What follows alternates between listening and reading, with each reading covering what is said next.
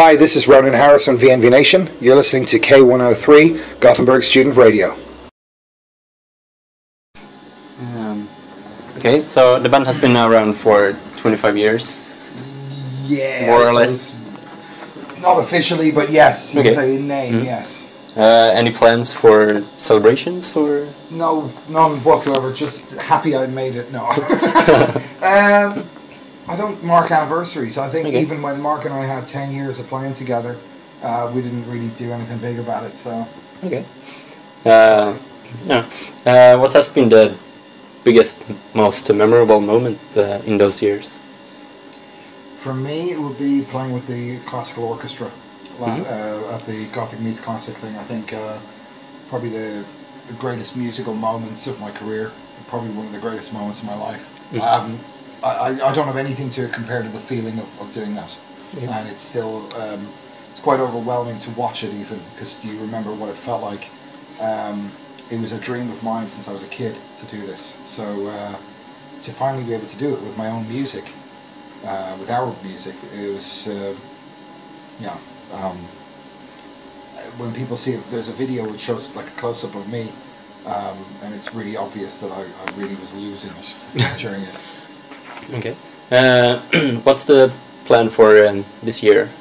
American tour next, some festivals. I'm working on actually the classical album this year, and back catalogue release with a ton of extras that I've dug out, that I found on old tapes, that I've been going through all the old boxes of archives to find everything to do with the first, even the first 10 years, like, you know, demos or alternate studio versions and all kinds of crazy stuff.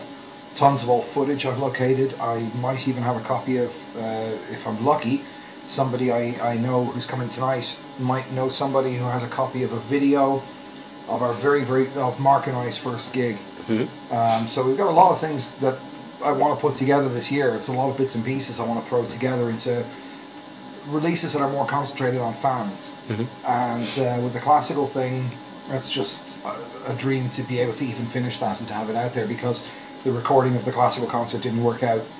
It was there was a broken cable, and the company who came in to record it didn't do a fantastic job. So in the end, it'll be a busy one, but like last year was an album release, and this year it's more fun releases, if that makes sense. Talking about albums, you have released 9 albums? It seems like 17 so far, yeah. What's the biggest difference in the material from the first release until this one? And well, I learned how to produce, I guess. The first one, you do whatever you can. You sit in front of your instruments and you play melodies and you're impressed by them, and you play drum beats and you think, oh my god, I can actually do a drum beat.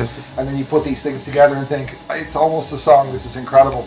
And with that basic knowledge and your basic production skills, you build up songs and you're really impressed by them because they're yours and you've made them at home. And then you release them on an album and you're incredibly embarrassed by them because you don't want anyone to listen to them, but you like them. And that's how the first album always is. And it's just evolved from there. I mean, I always wanted to write proper songs. I always wanted to write, for me, this music is about, I mean, I sit in the studio, we don't work together, so to speak. So I sit in the studio and when I write songs, it's for me. It's music I like and music I know that Mark will like, and I share that with people. It's not done like a pizza delivery service where we're creating something to be given to people. Like, we hope you really like this. I mean, we obviously hope people will like it anyway. But musically, I think Empires was the closest to where I am now, in that Empires was more about songwriting.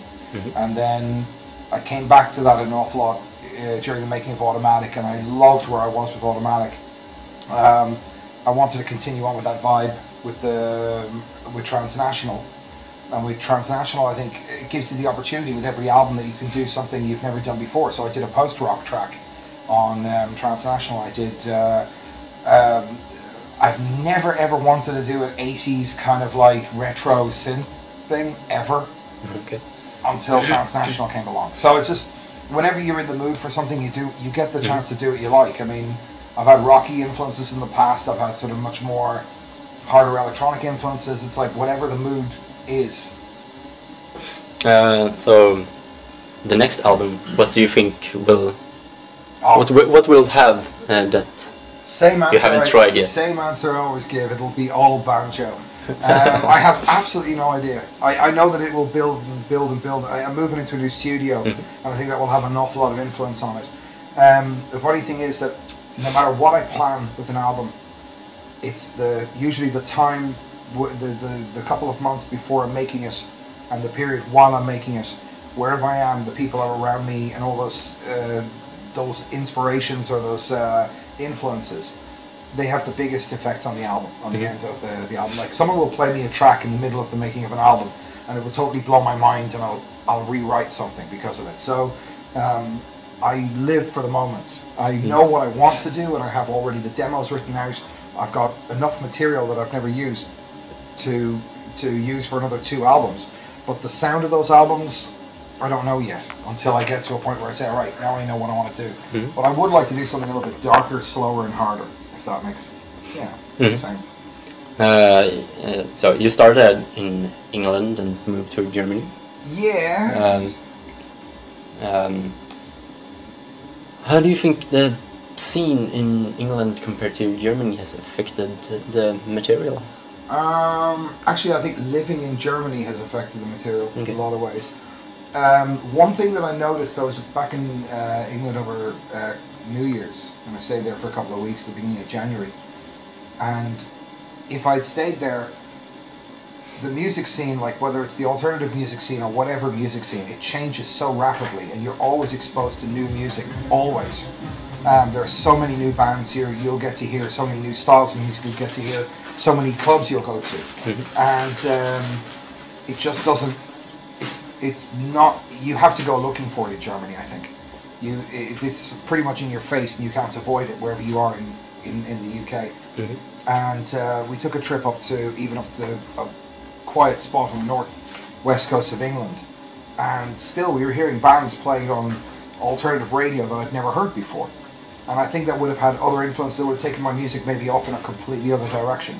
I can't say what would or would not have happened. I don't think it has suffered living in Germany. In fact, if anything, and that's the point, it has allowed me to focus more on the style of music that I wanted always to create, rather than to allow myself to be influenced by whatever was the sound of the day. There's styles of music that I absolutely love, and I love them because I enjoy them, not because they're popular.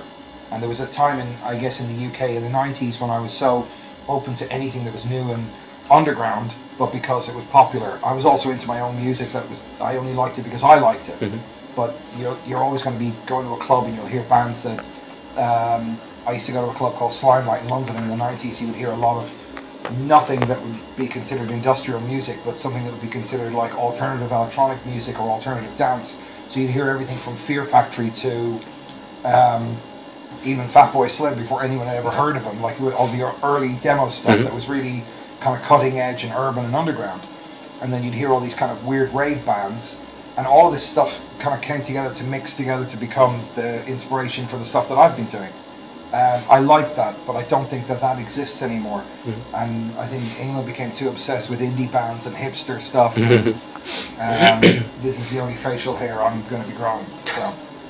Okay, this show tonight is sold out. Yeah, I'm sorry. How does that feel, and why is it Depeche Mode themed night? If you know anything about it. No, I don't know anything about a Depeche Mode themed night. It's a after party of everything. It's Depeche Mode. Oh god. From drinks to quiz and everything. Oh joy.